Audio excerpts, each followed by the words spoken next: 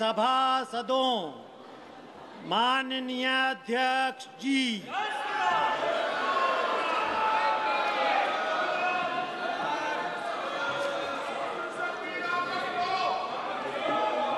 Item number 20, 21 और 22।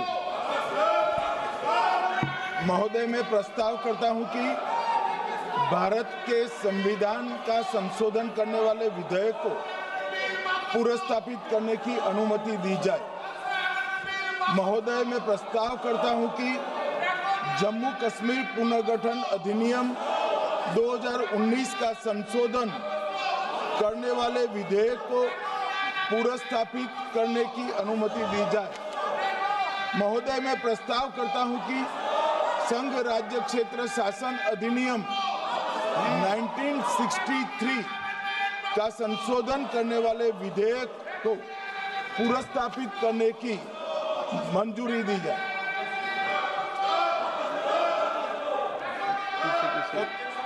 कर दिया। श्री असाउद्दीन ओवैसी जी। Sir, I stand to oppose the introduction of J&K Reorganization Amendment Bill 2025, Union Territories Amendment Bill 2025, and the Constitution 130 Amendment Bill 2025, sir. Sir, this violates principle of separation of powers, due process, undermines the right of the people to elected government. Sir, it gives executive agencies a free run to become judge and jury and executioner based on flimsy allegations, suspicions, sir. Sir, only when an offence is proved beyond reasonable doubt, then only you can leave the post and the membership. But here a mere accusation, allegation, the punishment of losing one ministerial post will follow. Sir, Parliament democracy's chief ministers and ministers can only be removed through true means. First, executive prime minister can recommend their removal if the second council of ministers lose confidence of the legislature. Now this bill would empower the unelected executive bureaucracy to play the role of legislature. Sir, it undermines representative parliament democracy. This amendment would leave the minister and CM at the mercy of executive agencies. The severity of the amendment is not only in the fact that one loses their position if they are arrested, but even if they are detained. Detention and administrative action doesn't require an offence to be made. Sir, the Chief Minister will not be able to accountable people. I want to know from the Honourable Home Minister, as he read Article 74(1), which says that the Council of Ministers headed by the Prime Minister to aid and advise the President who shall, in exercise of his function, act in accordance with such advice. Now, this bill clearly violates 74(1). Sir, this is the 1933 Gestapo when Gestapo was found in Germany. This government is hell-bent on creating a police state. This will be a death knell and leash on elected government, sir.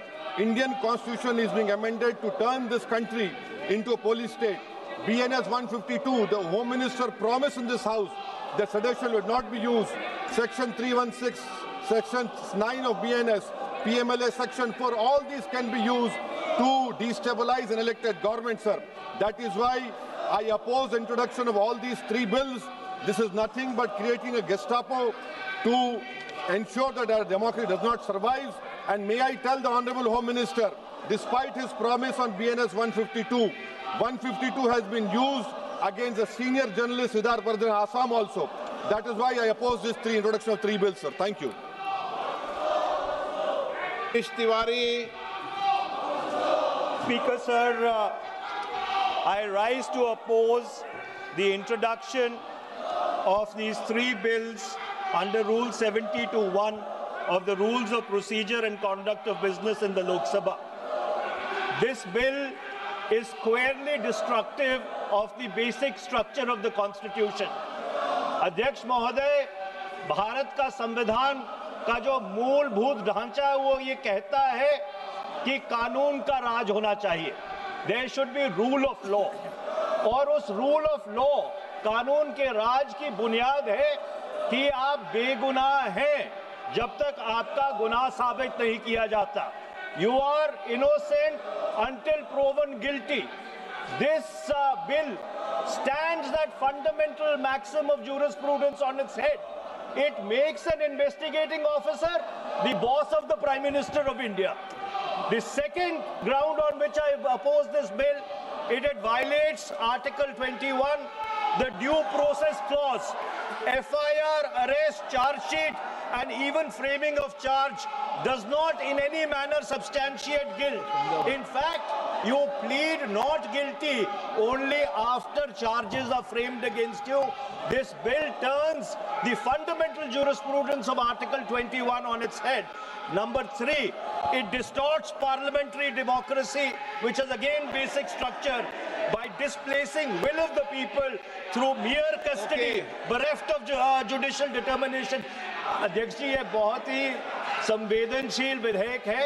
मेरे 2 बिंदु और हैं, मुझे कृपया. Okay. चौथा, on the fourth ground is it opens. Please माननीय सदस्य, आप नियम 72 के तहत विरोध कर रहे हैं. अध्यक्ष जी बिल्कुल. जब कभी बिल आपका सदन में आए, जब आप डिटेल में चर्चा करना. अध्यक्ष जी, अभी नियम 72 के विरोध के बाद सारांश बोलने की परमिशन दिए. जो रूल 72 है वो 2 चीज कहता है, एक लेजिस्लेटिव कॉम्पिटेंस, एक general opposition of the bill, जिसकी स्वीकृति आप दे सकते हैं. और क्योंकि ये इतना संवेदनशील विधेयक है, मैं आपसे ये विनती करता हूं इसके ऊपर पूरी चर्चा कराई जाए. मेरे सिर्फ 2 बिंदु और हैं. This bill, mister speaker sir, एक मिनट. हाँ, आपने कानूनन बात की, तो कानून ये भी है कि 72 उसके बाद भी अलाउ करता हूं, लेकिन संक्षिप्त में. बिल्कुल संक्षिप्त में अध्यक्ष जी. आपको डिटेल में चर्चा मेरे सिर्फ 2 बिंदु और हैं. This bill opens the door for political misuse by instrumentalities of the state whose arbitrary conduct has been repeatedly frowned upon by the Supreme Court. And finally, it throws all existing constitutional safeguards to the winds. Collective responsibility, judicial review, no confidence motion, and disqualification and conviction. And this makes this amendment excessive, unnecessary, and unconstitutional. इसलिए मैं इन तीनों विधेयकों का पुरजोर विरोध करता हूं और गृह मंत्री से मैं ये आग्रह करना चाहता हूं कि ये तीनों विधेयकों को वापस लिया जाए. Shri N.K. Premachandran. Speaker sir, I strongly oppose the bill, 130th Constitutional Amendment Bill, as well as the other 2 bills I strongly oppose on 4 grounds. So the first ground is the bills are to be introduced according to the rules and procedure of the House. The bill is not circulated among the members. Yesterday after 1 o'clock we have received the copy of the bill, and I would like to know from the Honorable Minister, what is the undue haste and urgency in bringing such a constitutional amendment bill? What is the emergent need of having such a bill? That means the introduction of the bill itself is lacking bona fides. The bill is lacking bona fides. That is why I would like to say that this is with a mala fide intention to destabilize the opposition ruled states in various parts of the country. Number one. एक minute.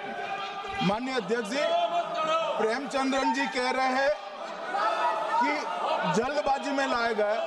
इसका सवाल इसलिए नहीं उठता कि मैं इस bill को संयुक्त समिति को सौंपने की दरखास्त करने वाला हूं. इस पर संयुक्त समिति जो राज्यसभा और लोकसभा पक्ष और विपक्ष सभी सांसदों की बनेगी, जो इस पर विचार करेगी और आपके सामने लेकर आएगी.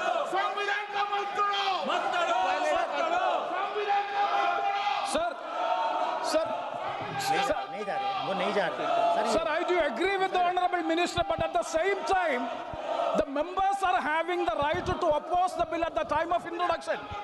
This is the legitimate constitutional right of each and every member to oppose the bill at the time of introduction of the bill. That is being contained. That is the problem which I am trying to say. And the second one is that is disqualification. Shri Venugopal.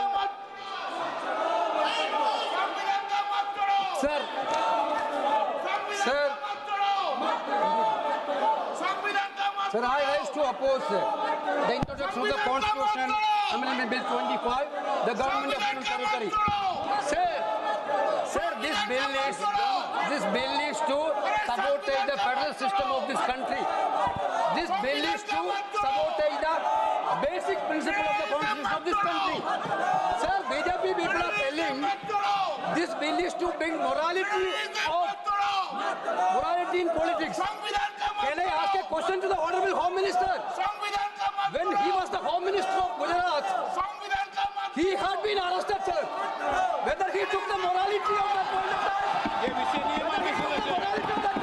गृह मंत्री जी, अब मुझे सुनो जरा, मुझे सुनो गृह मंत्री जी, मुझे सुनो ना, पहले बैठ जाओ। प्लीज। हाँ, गृह मंत्री जी। माननीय अध्यक्ष जी, मैं रिकॉर्ड क्लियर करना चाहता हूं। मुझ पर झूठे आरोप लगाए तब अरेस्ट होने के पहले मैंने नैतिकता के मूल्यों का हवाला देकर इस्तीफा भी दिया, और जब तक मैं कोर्ट से निर्देश नहीं हुआ, कोई संविधान पद मैंने स्वीकार नहीं किया। ये क्या सिखाते हैं नैतिकता में? मैं तो इस्तीफा देकर गया था, और मैं तो चाहता हूं कि ये नैतिकता के मूल्य बढ़े। हम ऐसे निर्लज्ज नहीं हो सकते कि हम पर आरोप लगे और हम संवैधानिक पद पर रहें। अरेस्ट के पहले मैंने इस्तीफा दिया है। माननीय सदस्य, आप बिल पर बोलिए। आप 72 के नियम के तहत बोलिए। सर, दिस नेम है आपका डायरेक्शन है। 19 आप 72 नियम के तहत बोलिए। सर, लाइक नहीं है सर। नियम के तहत बोला आप 72। सर, दिस आपका डायरेक्शन है 19A 19B। हाँ है। Southern call भी है। हाँ। Very clearly telling at least 1 week notice is needed for introducing a bill. Sir, I am telling that this bill is to target the opposition ruling government. This bill is to threaten the people like Nitish Kumar and Chandrababu Naidu. This bill is to blackmail. Sir, out of sir, my point one. आप माननीय सदस्य, आप 9 चलिए। धर्मेंद्र प्रधान जी बोलना चाहते हैं? प्रधान नहीं यादव। आपके मेंबरों को बिठाओ।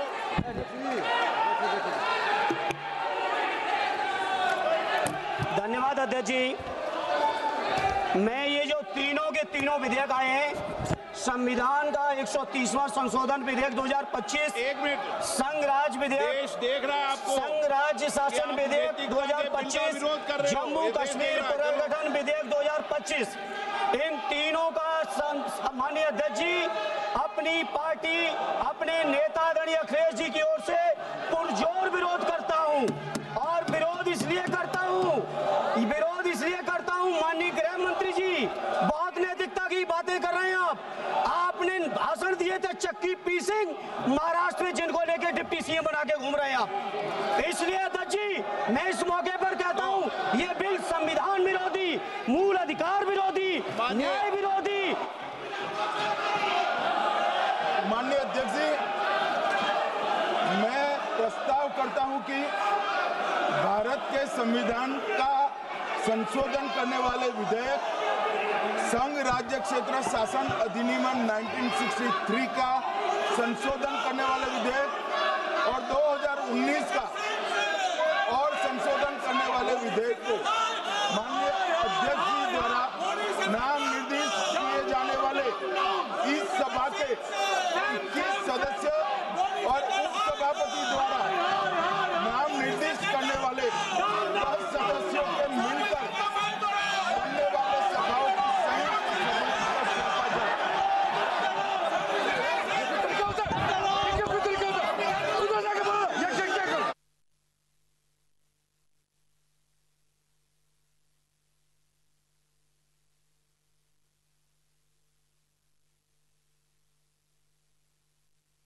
की कार्रवाई 3 बजे तक के लिए स्थगित।